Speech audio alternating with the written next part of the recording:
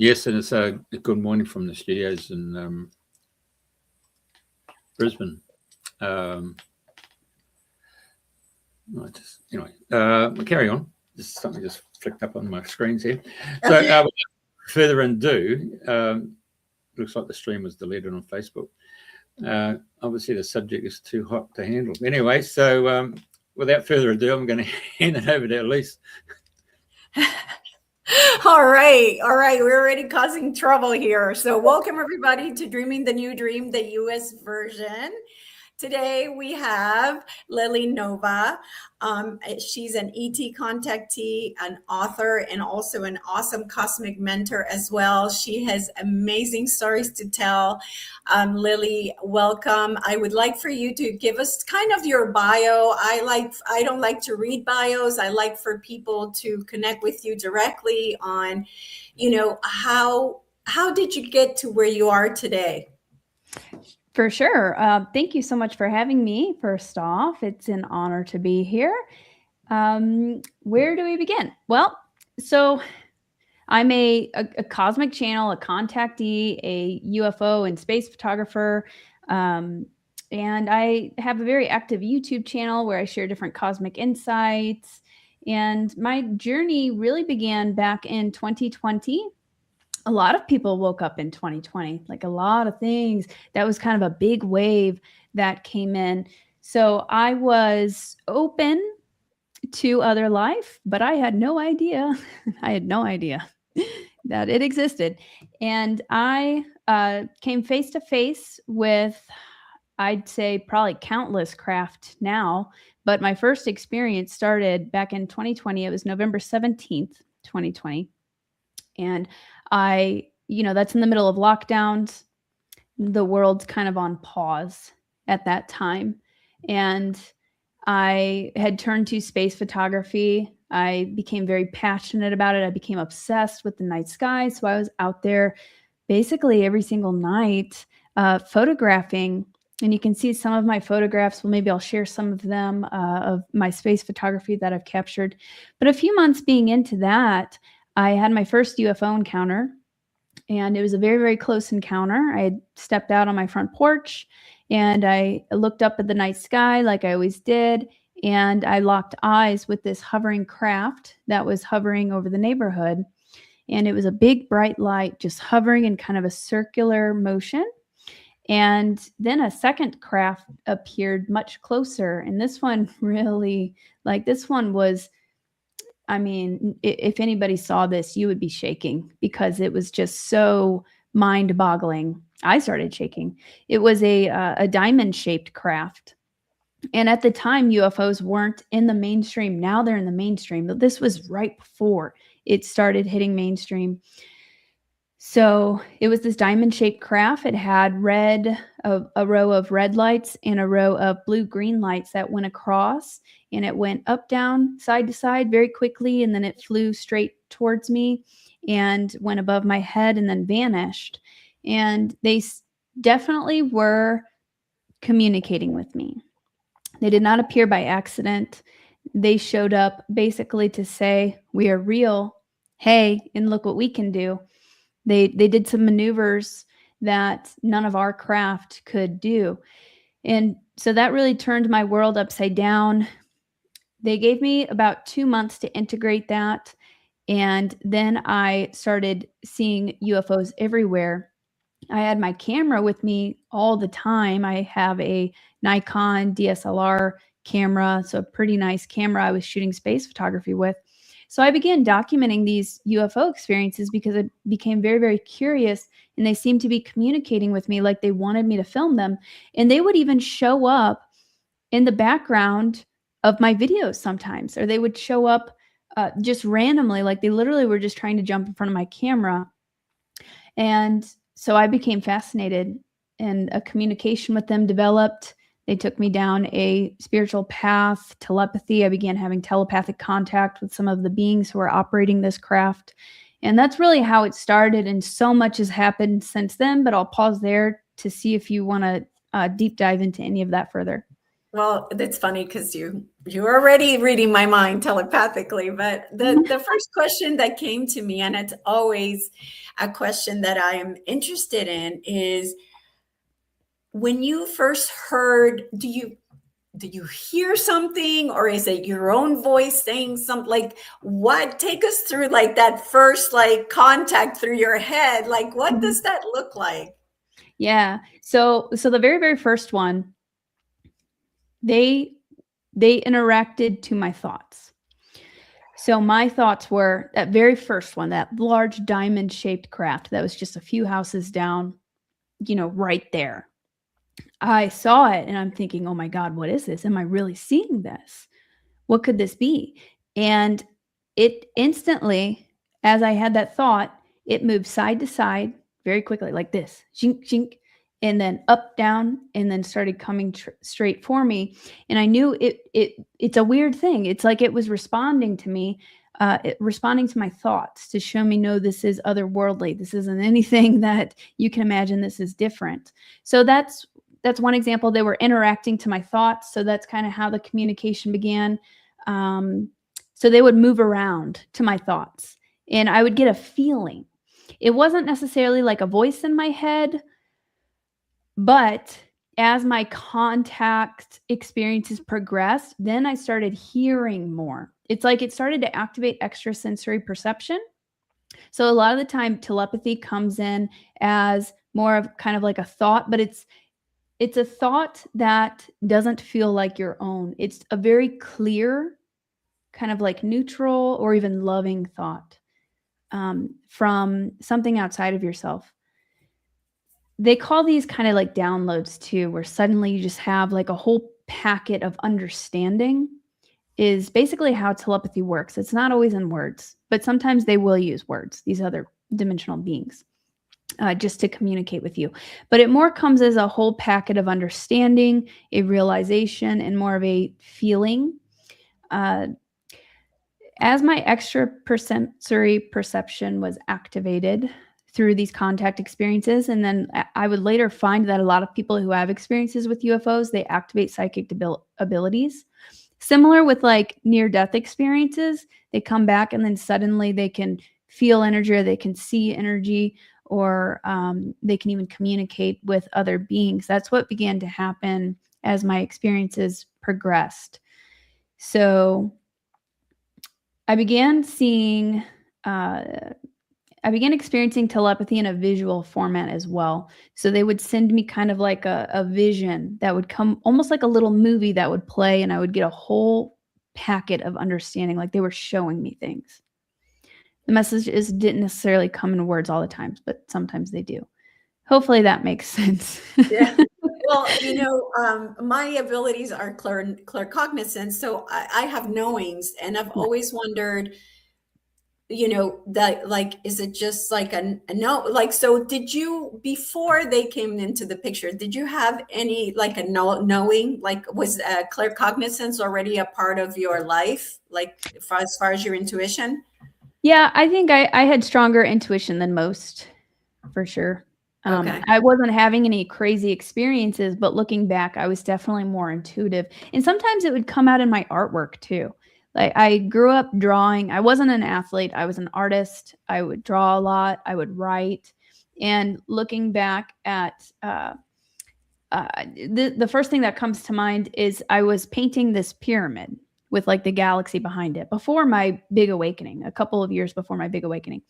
And for the triangle, I used a piece of paper over it, and then I would paint. And then as I pulled the piece of paper off, just a capstone stayed. The paper ripped to where there was a capstone. And then I realized, I just had this knowing that, no, that's supposed to be there. There's a capstone for a reason. And I didn't know anything about the pyramids. And then later I would find out that they actually, they used to have a capstone. Yeah. I'm like, oh my God. So that was a way that the universe was communicating with me, but I knew it in that moment that wasn't accidental, that was meant to be there and it meant something. So I would say, yes, I always had a stronger intuition and more claircognizance.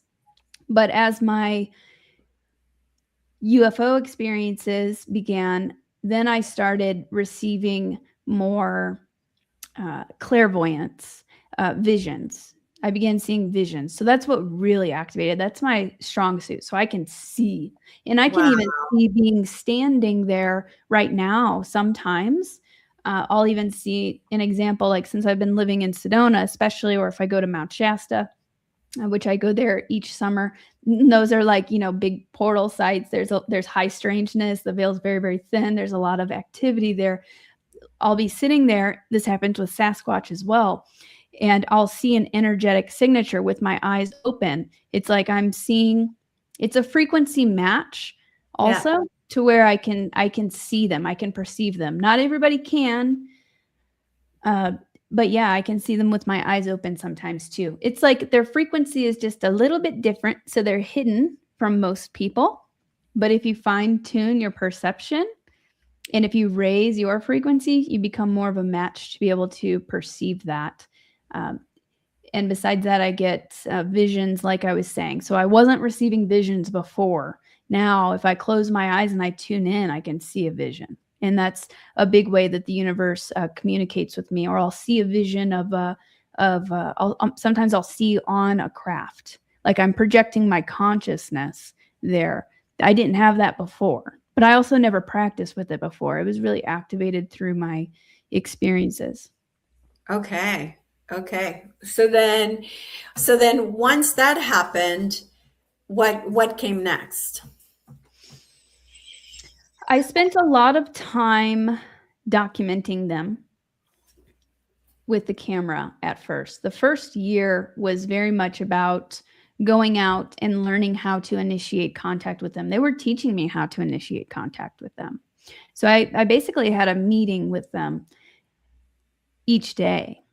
It was kind of like this. I would later find that this was like a pre-incarnation contract, a soul contract, to where I could go out and set my intention to make contact and they would appear. And I would use my camera to see them sometimes because our eyes have very limited visible spectrum. Like we can only see that much out of the light spectrum.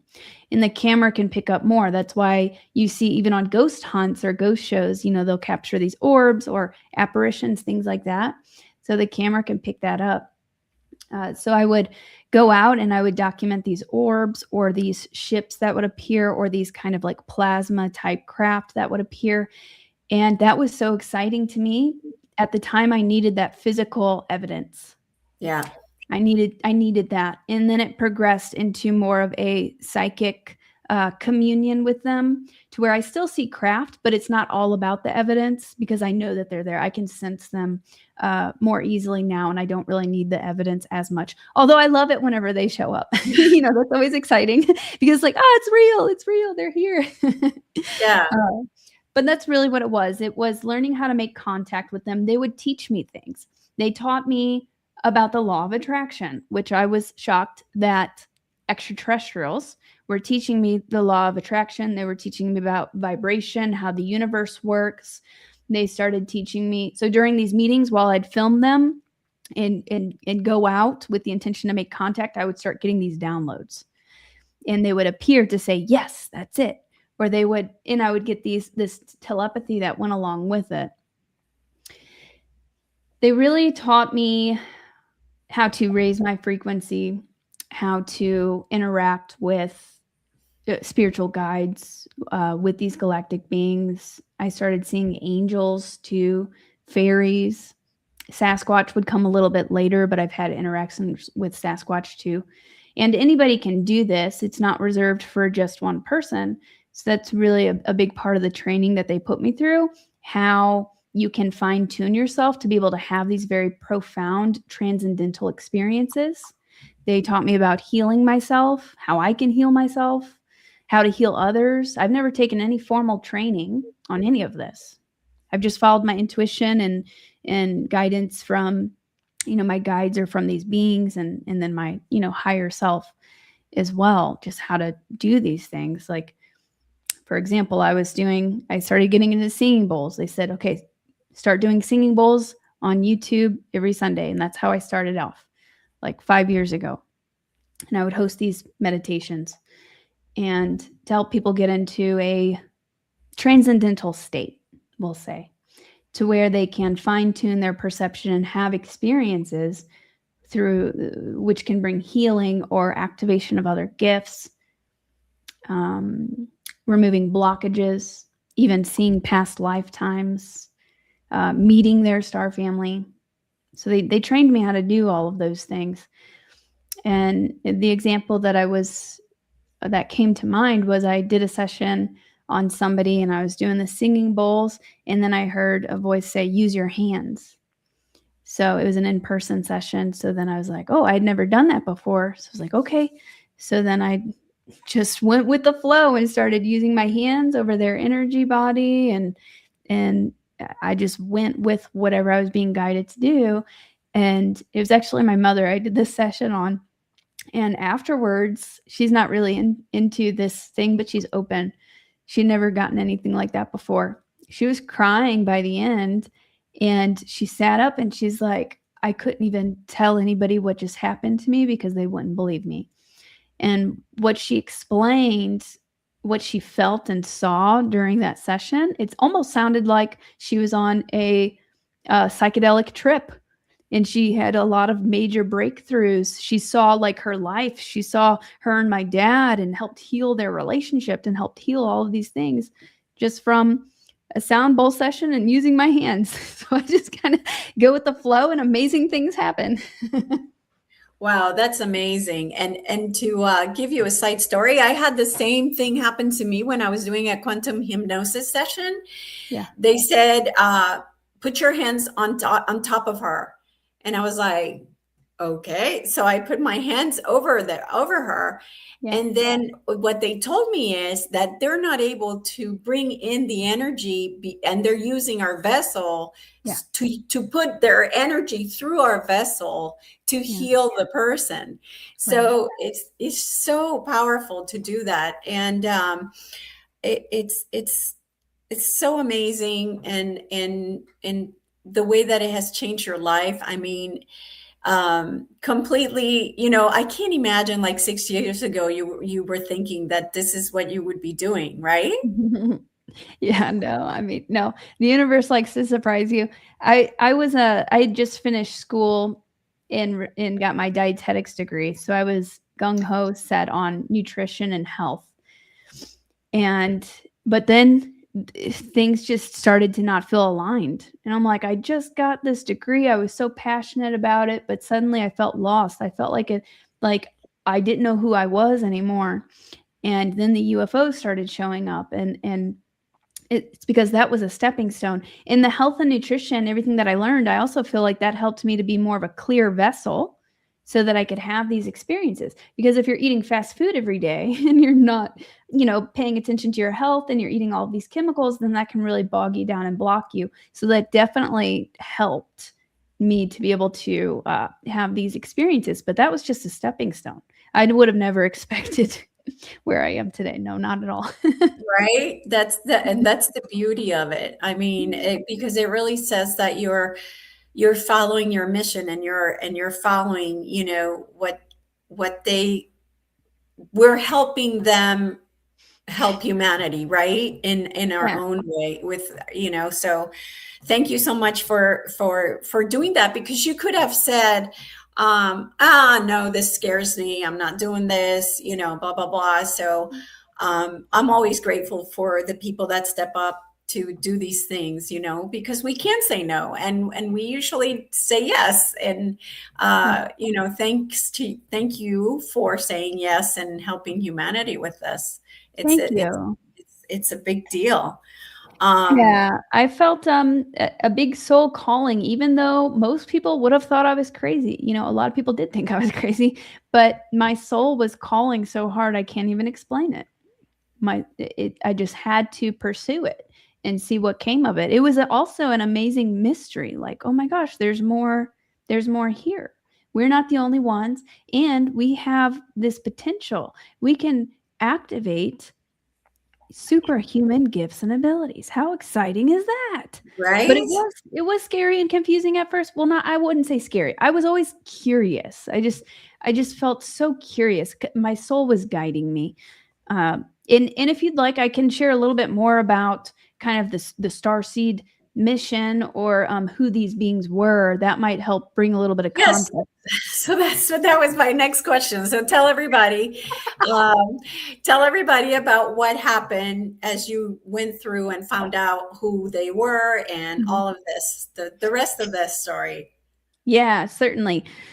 So in April 2021 is when I got to see these beings for the first time. So their craft were popping up everywhere. They were guiding me. And I went out with somebody, a friend who I just met, but they had UFO experiences before, so we met up. I didn't know anybody. I wasn't in the UFO community. I wasn't in the Starseed community. I didn't even know what a Starseed was yet.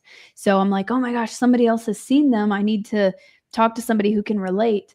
And we went out and set the intention to make contact. Within 5 minutes, a golden light appeared, and I have photographs of it I can share with you also. And this craft was moving around, communicating to us. And I closed my eyes to communicate with it. And I received telepathy in a visual format, like clairvoyance.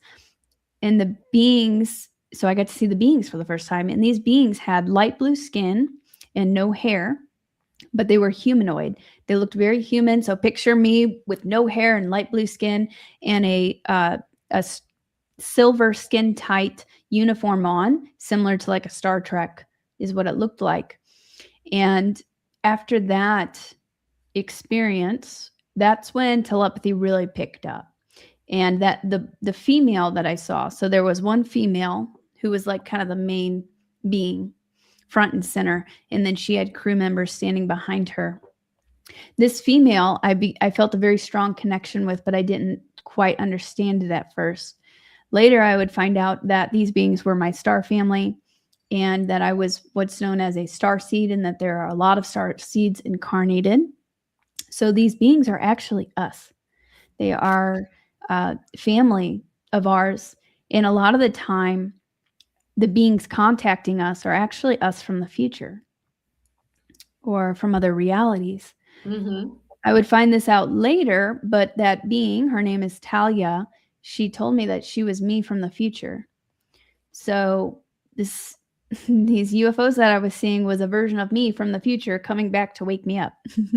And it's all about this massive consciousness shift that's happening on the planet. You know, we're awakening to who we truly are and helping to clear out some very dark forces that have been running on the planet, and tap into our potential and really remember, you know, and bring about a more positive reality, a total shift into the 5D, as you call it, or a lot of people know it as. Yeah. So did you ever ask her how are they able to come back in time like that? Did you ever ask her? That's a great question. So recently I was shown, well, I've seen this before, but again, it came up recently. I believe a lot of these beings are put into like kind of sleeping pods or stasis pods, and their consciousness is put into a human avatar, which would be us, and we're born. I think a lot of the beings are maybe in stasis until the job is done, and then they go back to that life. That might differ depending on your situation. But then that was a little bit confusing because she's here still interacting with me. But these UFOs are time travel machines. They're all time travel machines. So I think at some point, you know, she was in a stasis pod, but then her future self, after she gets out, comes back to help. It gets a bit confusing, but there's a lot of time travel involved, and the crafts themselves are all time travel machines. I had a training module, as they called it, probably about 2 years ago, where it was like a dream, but it was a very, very real dream. And it wasn't just a dream. It was this whole training that I received. And I saw a craft in the sky in this dream. And at first it was like a translucent light greenish color, but it was see-through. And it kind of looked like an amoeba. And it was time traveling down. In order to land on Earth, it literally had to time travel down to get here.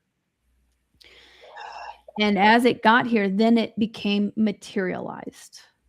And the beings, a bunch of beings came off the craft, and some of them I had been in telepathic communication with for years. I recognized some of them, and I got to like hug them. I got to see them face to face. It was very, very realistic.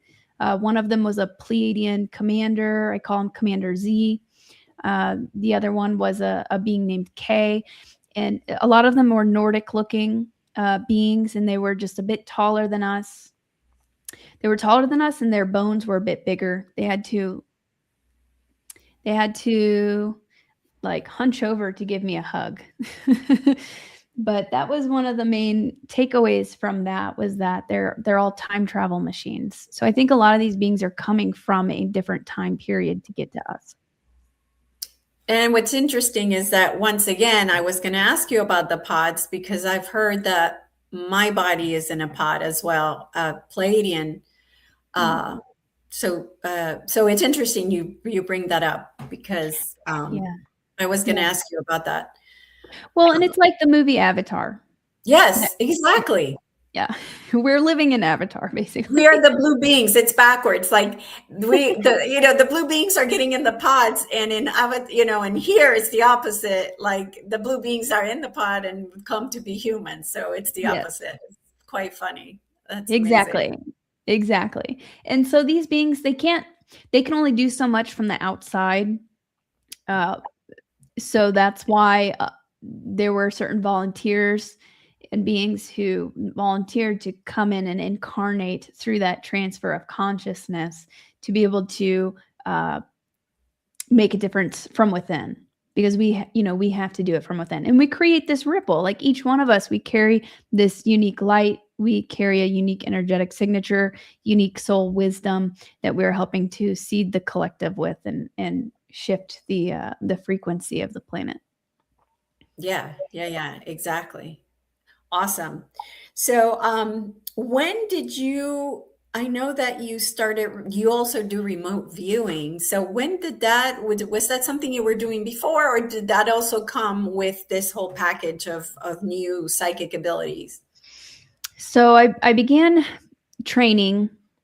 I called it Starseed Boot Camp. So I took about a year off when all of these contact experiences began happening to really deep dive into this.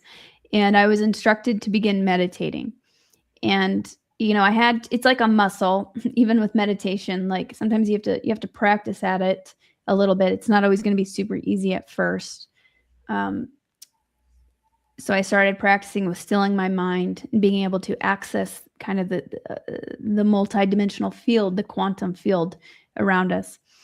And that's really when my clairvoyance started to kick on. And while I would have these meditation sessions, there was a period of time where I would literally just meditate all day for months. I would do it all day. That's all I would do. I would barely get up to eat for a period of time. And I would see all of this light, and I was seeing all of these visions. It was like I was being activated, and I would see my DNA activating. And while I was doing that during that period, my star family, Talia, and I would see other beings like Pleiadians, feline beings, Arcturians. They started presenting themselves to me. They started showing me and teaching me about remote viewing. So I wasn't doing it before. They taught me about it. Okay. Yeah, they taught me. And they said, so all the past, present, and future, all of it's happening at once. Because of that, we can view any time period that we want. With intention and fine-tuning our perception, we're kind of like maybe projecting our consciousness into that. But really, you just kind of have to have an intention and then just practice with it. And so they started showing me examples. Like I would meditate, and they'd say, okay, now we're going to take you back in time. And I saw dinosaurs. I saw flying saucers. I saw a war happening on the planet back when the dinosaurs were here. I actually don't have much context on what all was going on. I'm hearing Orion right now. Orion was involved. There was some maybe a fight for the planet. This is whenever dinosaurs were here in these spaceships, and there were like laser weapons and things like that. So that was one example. They showed me Native Americans. They showed me ancient Native Americans meeting with star beings. The star beings would land. They would communicate with them. I believe they helped guide them to creating some of these really big cities. The Kokia Mounds is an example of what they showed me, which is in Illinois, on the border of St. Louis, Missouri, and Illinois. Yeah, we talked about it on our last show with Tyler. Yeah, exactly. So it's crazy. Me and Tyler, I mean, we were both living in St. Louis, and then we met through a mutual online friend, and I was like, "What? You're in St. Louis?" And so that was also kind of, we're strategically placed in certain parts for a reason, right? Yes.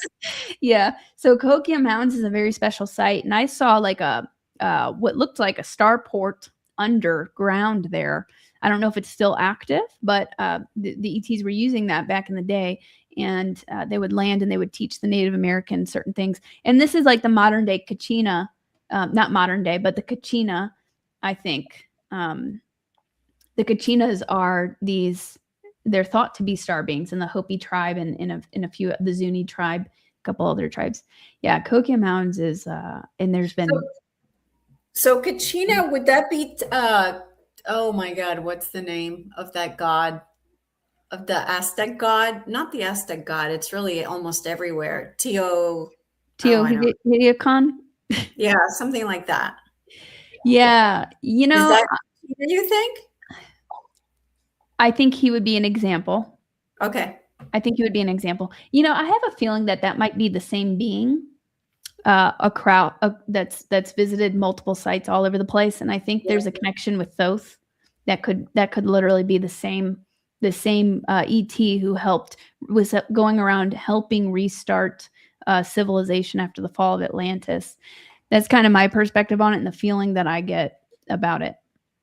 Oh, so an advanced being coming to help, and in a lot of these Native American pictographs or petroglyphs, things like that, you'll see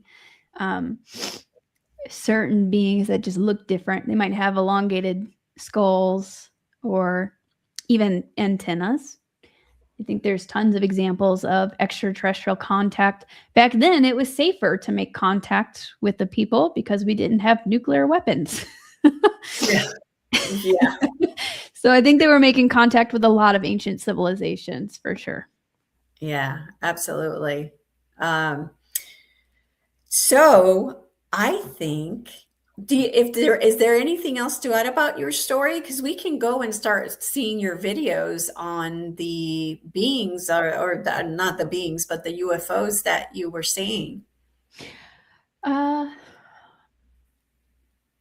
Yeah, I can show you guys some videos and pictures. I think that's exciting for people because it shows sometimes this feels so far away, but really it's happening all around us.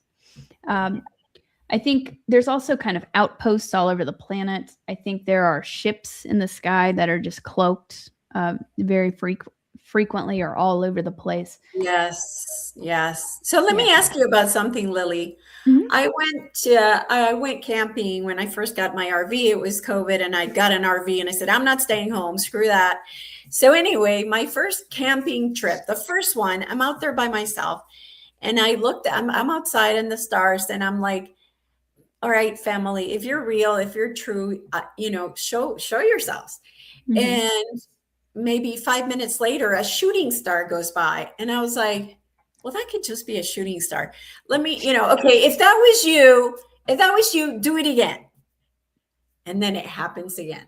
Yeah. So in your opinion, do you think, now my opinion is that shooting stars are not shooting stars. Mm-hmm. They're actually craft. What do you think? Yeah, that's happened to me quite a bit too. And that is one of the ways that they would communicate. I've had the same situation as you. They can reveal themselves to where it looks like they're a shooting star, 100%.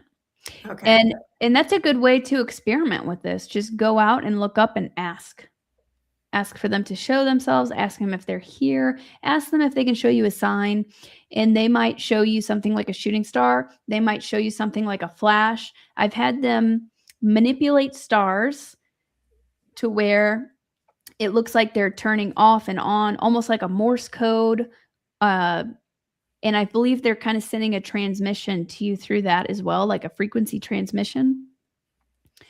They can do all sorts of things, sparkles, flashes, shooting stars. Definitely they can show up in that way. Okay, well, good. Because that's what I was thinking, but just asking for confirmation because I just felt like that's what it was.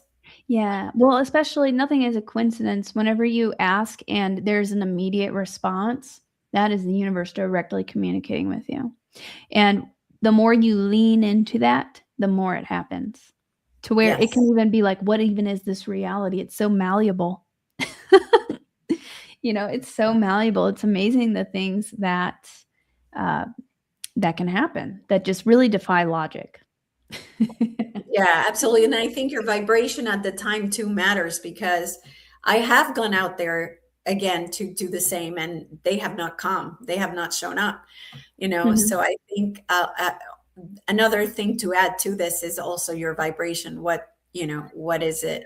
What's your, Yeah. are you scared or are you not feeling good or whatever? I think that also matters. 100%. And I that really goes into the training that they gave me was very much about how to manifest, essentially how to manifest contact or align yourself, raise your frequency for that. Frequency is a big part of it. The heart frequency, love, joy. And some people, they will think that they are blocked or they're cut off. You thinking that you're cut off because we're master creators, right? Well, we're creators learning how to be master creators. You thinking that you're cut off, you thinking that you're separate, you thinking that you're blocked is going to keep perpetuating that into your reality. Absolutely. Yeah. Another big thing that they taught me is that we are all one, which that sounds very simple. It was profound whenever I first heard it. I was like, wait, I'm the same. Me and my mom are the same. Me and my friend we're the same. Me and you are the same. Yes, we're all one. We're all connected, even the weather. I've had an experience where I was able to control a storm. And I have a friend who had a similar experience. So whenever you kind of get into a more expanded state, you can connect like that. But yeah, one other example I'd like to give real quick. Whenever you try too hard, you can block yourself. Yes. And that because you are kind of in the vibration of lack.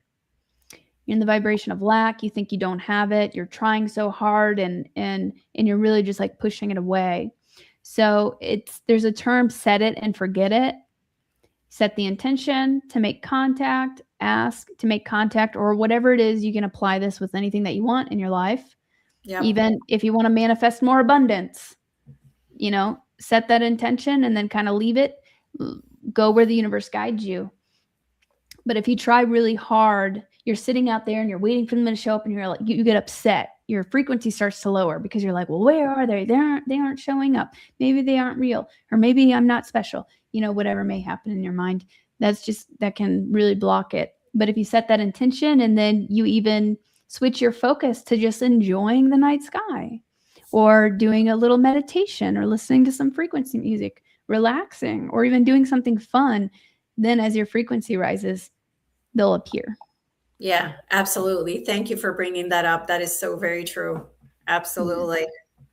Awesome. Did you want me to go ahead and share my yes, screen? Absolutely.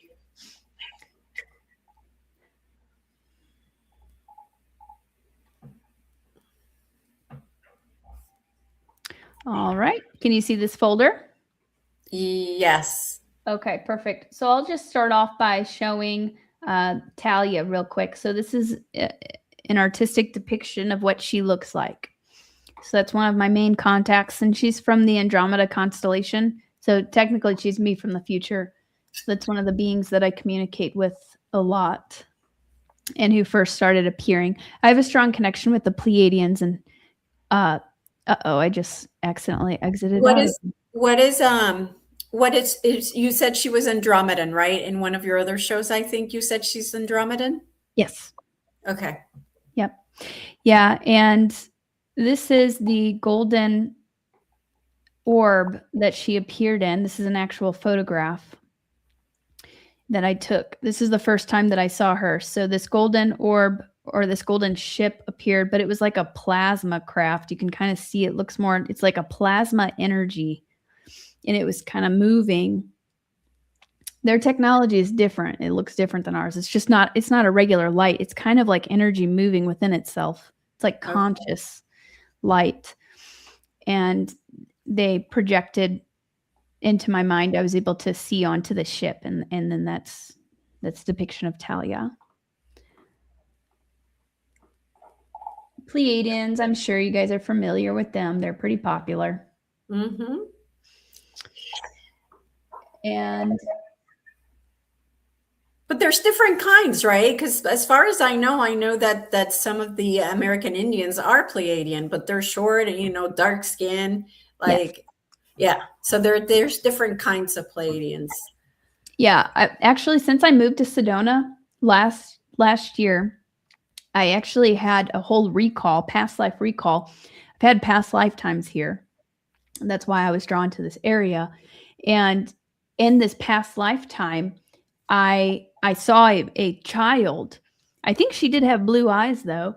And either I was the child or that was my child. But she was a Pleiadian hybrid. And I don't know what time period that was, like a long time ago, but I was like, wow.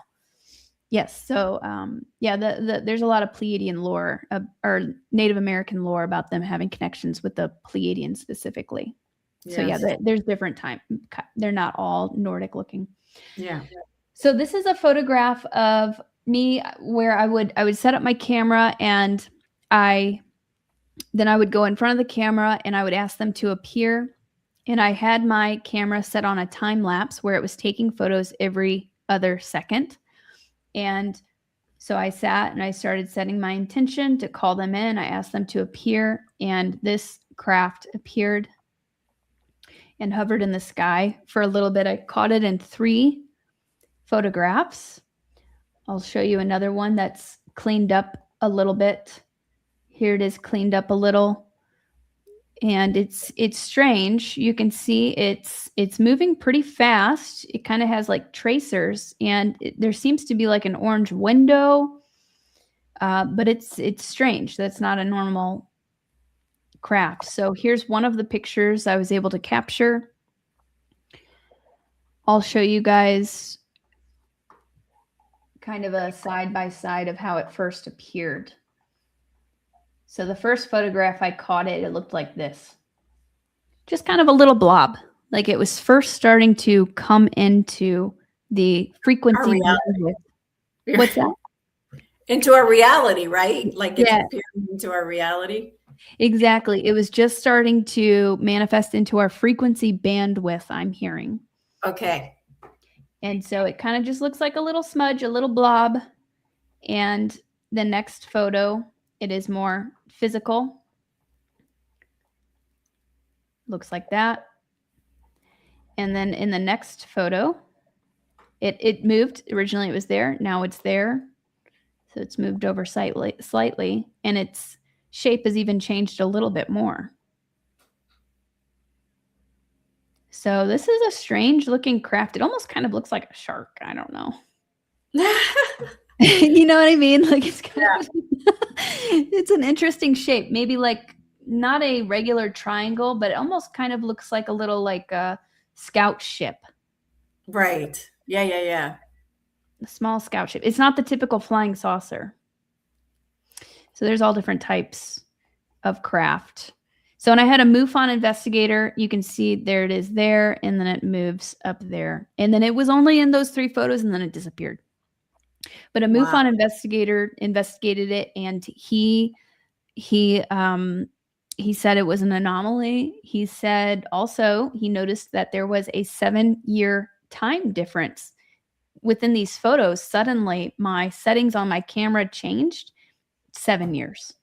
What? Yeah. I don't know how to explain it.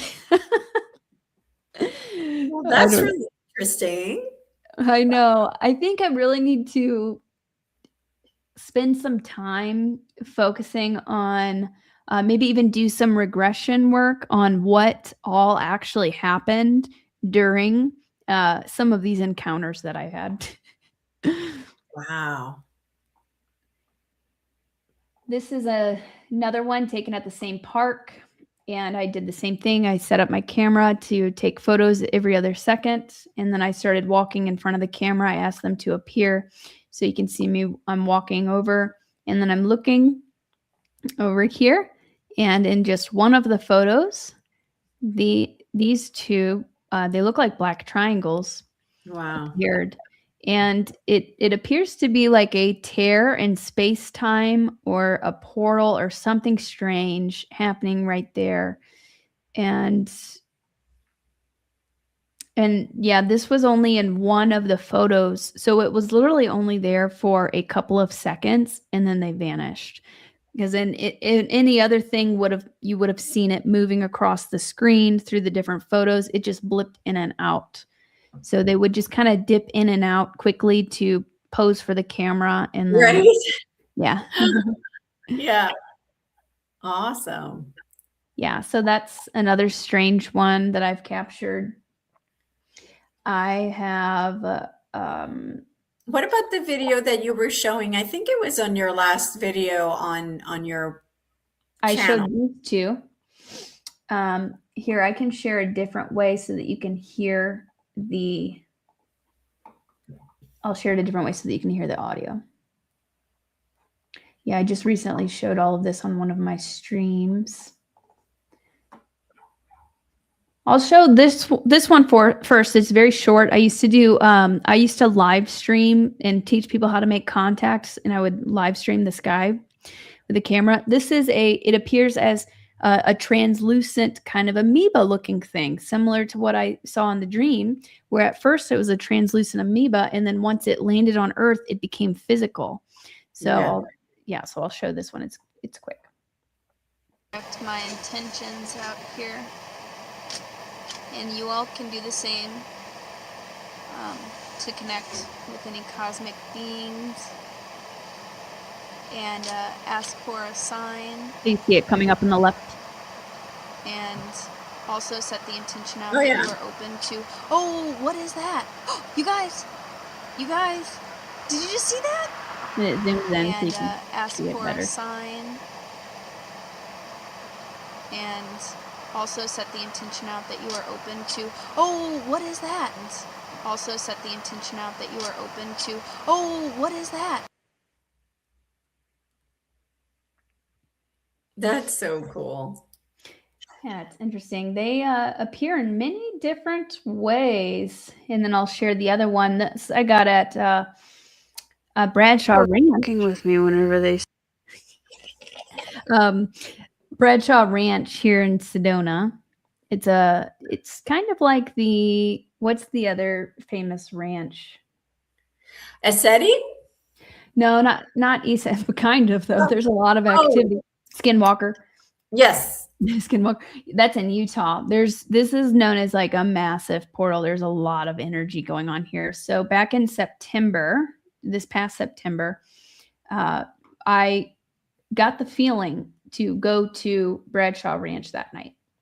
And so we went, and I brought my night vision camera, and I heard telepathically, "Get your camera ready."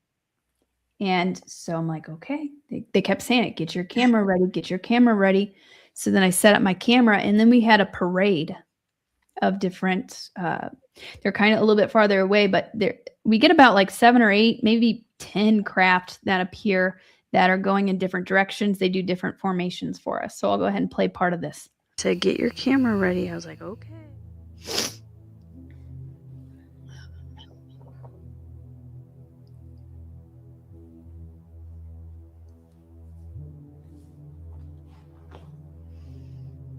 Yeah, this was right after 3-Eye Atlas. There's 3 of them in formation. Holy. No, I just watched them all appear out of thin air. Get them all on camera? They're on camera right now. Wow. Yes. And we got another one coming up from the mountain. They said, "Get your camera ready." They were not lying. They were not lying. Wow. as they. Oh, there's one behind it now. Look.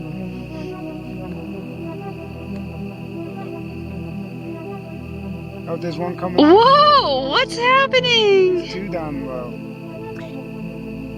So if they were satellites, they'd be going the same speed and at, you know, So weird how it just keeps happening. in a Same line. separation. Coming. Yeah, the same distance. It's a freaking spaceport. Yeah, they were crossing each other. Spaceport, portal, whatever you want to call it. A triangle formation.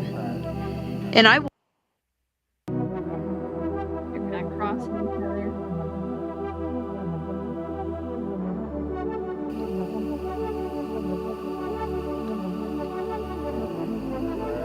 Mm-hmm.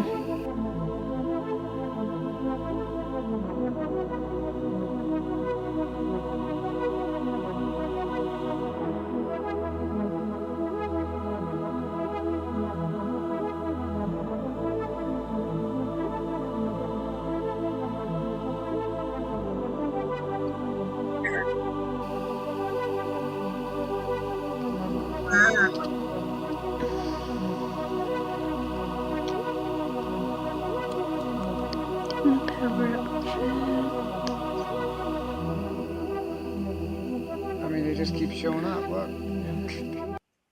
Lily, is this the one that you use for the History Channel? No, I had taken this right after History Channel. Oh, okay. I know, so they didn't have this one. I'll show one more where they kind of go in a cool formation.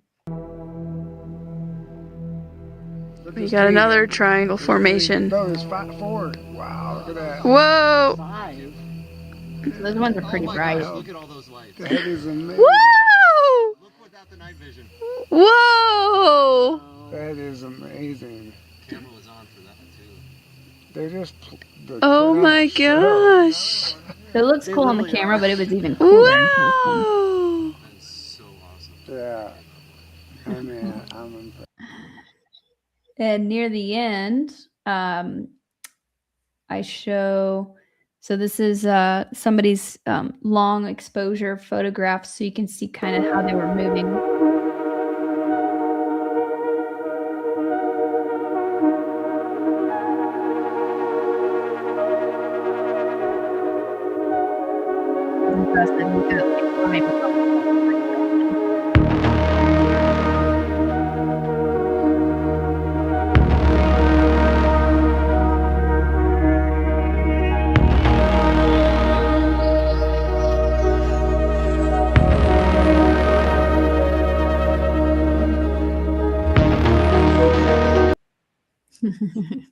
There we go.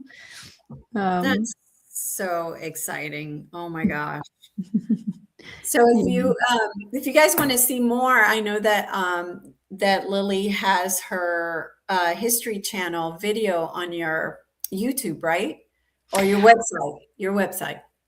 Yes, it's on my website. Yeah, the bit that I did on Ancient Aliens, part of it is on my website. Yes. Okay. Yeah, I was so happy that they reached out to me because they wanted to show current context stories. Usually they focus on the past and our ancient history, right? But this season they wanted to do a bit where they shared people who are in contact now, which I think is really important that they're acknowledging that it's happening today. I'm like, yeah, catch up, guys. Right? Catch up. So that's a question I had for you. I forgot about. So the contact protocol they give you, is it similar to the CE5? Yeah, there are a lot of similarities. Okay. Definitely. I didn't know that CE5 was a thing until after I was already experiencing this and experimenting with it. And then I heard of CE5 and I was like, oh my gosh, this is like basically exactly what I'm doing. Essentially, it's like setting intention. I don't know what the official protocol for CE5 is. I've seen some really good CE5 guidebooks that are very similar to what they've been teaching me. And I've got a little guide, how to make contact guide at the end of my book. So it shares a lot of techniques and things that you can do. But really the main thing is having intention. Setting your intention is important. Asking, as simple as that sounds, can be really important. Raising your frequency, getting into the heart space, and just into a lighter, because they're higher frequency beings. So we have to meet them. We have to meet them. We have to raise our frequency. Don't try and make contact when you're angry. Right. Basically. So just getting in a good vibe state, and you can use crystals and things like that to help amplify your intention, projecting love, different techniques like that.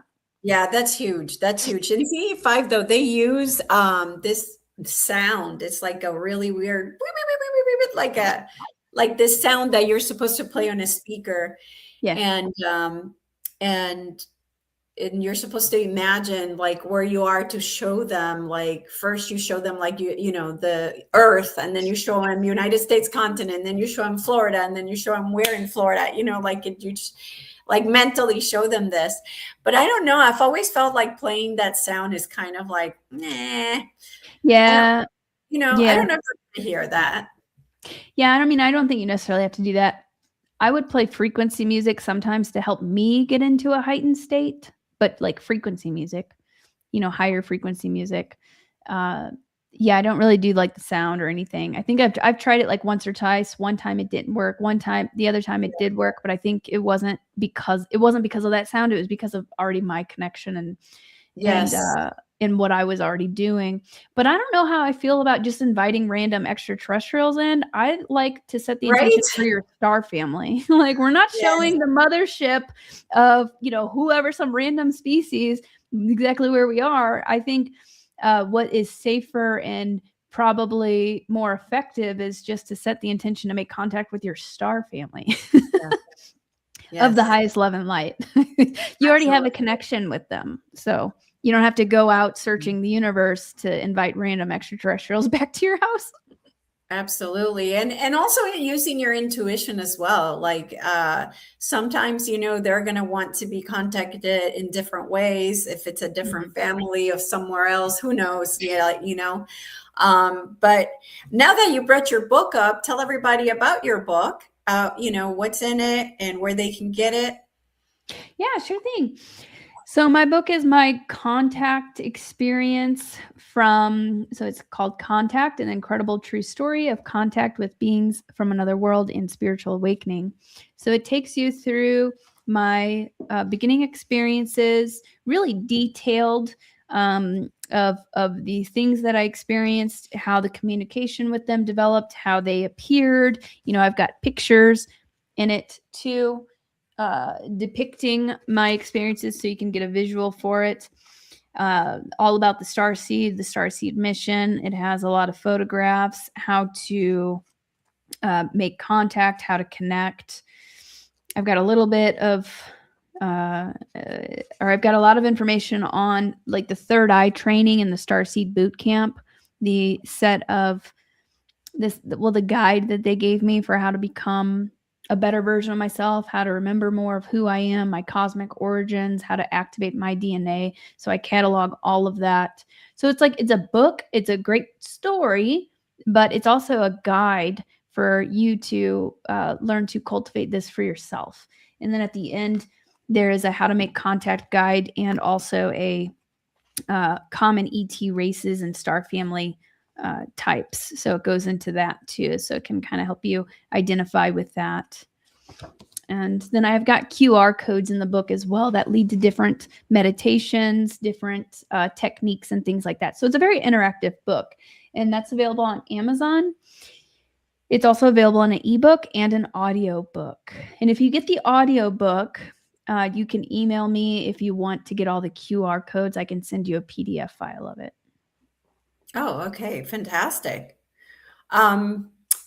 Something else that you have been doing that I wanted to cover is the fact that right now you have been doing these Q&As and doing the Sunday things, and you really are informing people of what's happening behind the scenes, which is number one, it gives people hope. Number two, it lets people know what's happening. So it's more, I feel like you appease people with it. Like because sometimes I feel like some of the light workers get get involved in the 3D, and I feel like with your information, you're able to kind of bring them back into like the, you know, the higher vibration. So just real quickly, because of what's happening right now in the world, Mhm. can you just tell everybody what you have been told from your guides or the Galactic Federation, whoever it is, you know, what's happening, and you know, what you've been telling your followers, you know, Mhm. of what's Well, happening right now, yeah, I mean, there's so much happening right now. right? There's so much happening right now. So we are in the middle of breaking old control systems and tearing down the whole old system right now. Is a lot of the old 3D matrix is collapsing, and that's happening in various ways. There's also there's a massive internal shift happening. There's a massive reveal happening. How a lot of things are fake, are staged. The psychological operations that's being exposed right now. You know, what's happening with our food, all of that, all of these different things are being exposed right now, and that's good. I mean, it looks super scary. It can look scary, but these things have been happening for a long time. It's just now being exposed, so that's good. That's a win. It's just a little bit. It can get a little bit chaotic and messy as we are working through uncovering the shadows and some of the more nefarious things that have been taking part in the shadows, like things with the Epstein list. Those things have been happening for a long time, really, probably for thousands of years. Yeah. So it's just being exposed right now, and then we can stop it. So we have a big shift in power taking place right now from corrupt leaders who are probably being ran by parasitic energies, really. And we're regaining our sovereignty, and humanity is becoming aware. They're starting to wake up. It's similar to like the Matrix movies, honestly. And we're starting to tap into our power and starting to speak up. And this is also an internal process. So internally, we're uncovering shadows within ourselves. You know, so within, so without, as above, so below. I think I said that right. Not sure if I said that completely right. But it's a reflection of what's going on internally. Also. So we've got a lot of deep wounds that are coming up individually. And even though it can look very chaotic, there's also real estate. What's going on with Iran, I've seen, has a lot to do with actually a Stargate, a very powerful Stargate that is there. Apparently there are 12 across the planet. And kind of whoever has control over those Stargates kind of controls the planet. What I was picking up, I plan to do a deeper dive on that this Sunday. But what I was getting so far, and I shared in my latest update on Sunday, was that this Stargate can be an ascension portal for us, but it's been under dark Anunnaki control. Those are just that's the old control systems we're regaining our sovereignty from. So there's been a lot of just dark inverted programming coming from it. And as it shifts into more guardian type beings, in the hands of guardian beings, then it can be used actually to bring in higher frequencies and help with the ascension of the planet. That's what I was hearing. Like, it's directly correlated to our ascension. If you think of like I'm being reminded of like the chakra system. So that's part of how we ascend, is through our kundalini, our inner energy, our chakra system. It's hard to be in a high vibe state whenever your chakras are closed and you're not in your power. Similar on the planet. So if you think of the planet also having like this chakra system, these points, if they've been corrupted or inverted or they're being blocked, then that's going to keep the planet in a more dense space. So that's what I'm getting so far on that. A lot of that's being cleaned up. I know there's a lot of nasty things happening on the planet still right now too, but ultimately I think we're heading in a positive direction. We're seeing a kind of a shift, a massive shift happening on the planet, where we're just watching the old world A lot of wars that were started or silently going on for a very long time are starting to end now. They're just ending very loudly, is what I'm seeing right now. That's what I'm seeing. I want to tune into more about kind of what's going on with that. But ultimately, we're also receiving a lot of really big upgrades. We've got the solar energy coming in. And awareness is a big part of this, even though it hurts. And it can be traumatic learning about and experiencing and seeing a lot of these things play out. But we have awareness now, and people are standing up and deciding, no, we don't want that anymore. We don't consent. We want something better. So we're like in the middle of that right now. Oh, that's so wonderful. Well, I'm glad to hear that we are getting out of it. And we did get some information on that from the tarot show we did yesterday around that, which confirms pretty much what you're saying as well. Really? And, I'm curious. Who was the tarot show with? Was it with Tyler? No, this show is the show I do every Monday. Okay. Where we talk. It's on my YouTube channel, Quantum Healing of the Soul, and that's the show where I've had Tyler come in and we discuss his book, which is incredible. Yeah, that sounds fun. That sounds like a lot of fun. Yes. Oh my God, the last one we did was mind blowing. It was mind blowing. I'll have to go check it out. Yeah, definitely check that. The last one was crazy. The other ones were too, but just amazing. Okay, so tell everybody how they can find you, about your events and everything you've got going on. Sure thing. So what do I have coming up? Well, you can find more information about me on my website, lilynovacontact.com. I also have events coming up on there. Yep. So I'm speaking at New Living Expo, and it's in or near San Francisco this April. That's a really big expo. I'm super excited to meet a lot of really fantastic speakers who are going to be there. And then I have Journey to Truth. They are hosting a conference/retreat in Hawaii, which I'm very excited about. And that's like the heart chakra of the planet. It has a very strong Lemurian connection. So I'm just so excited to really connect with the land there. And then I won't be speaking at Rise of the Guardians, but I might be attending. And then Mount Shasta conference I have coming up in July. So Mount Shasta is an amazing place. I've received a lot of upgrades. That actually boosted my level of contact a lot going there. I started having a whole new level of experiences because you can receive a lot of activations from these potent energy sites if you feel called to them. So those are some of the things I have coming up. I do have a Sedona retreat coming up in May and a Mount Shasta retreat. That's on the retreats page. Right now they're full, but I may, if there ends up being some openings, then I'll, I'll probably send an update out on my YouTube channel. But we're doing a wolf sanctuary experience I'm super excited about.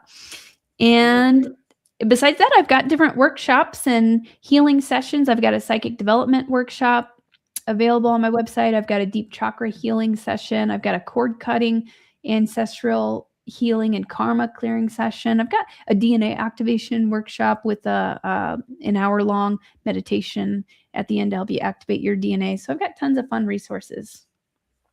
Fantastic.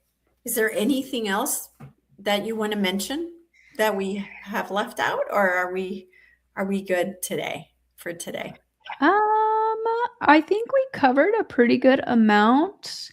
I am just being called right now to focusing on, the heart. I'm hearing bridge. Remember that everybody who's watching, you guys are a bridge for the higher realms. You're bringing heaven to earth. Like, stand in your energy and cultivate that heart space. That's the big feeling. And it's so important right now. And you are so incredibly powerful. So the more you do that, sometimes it's healthy to detox from the internet because there's a lot of chaos going on up there. I like to dip in, then dip back out because I have to kind of stay updated to see how, how people are reacting, what's going on. Because so much is happening, like bam, bam, bam, bam, bam.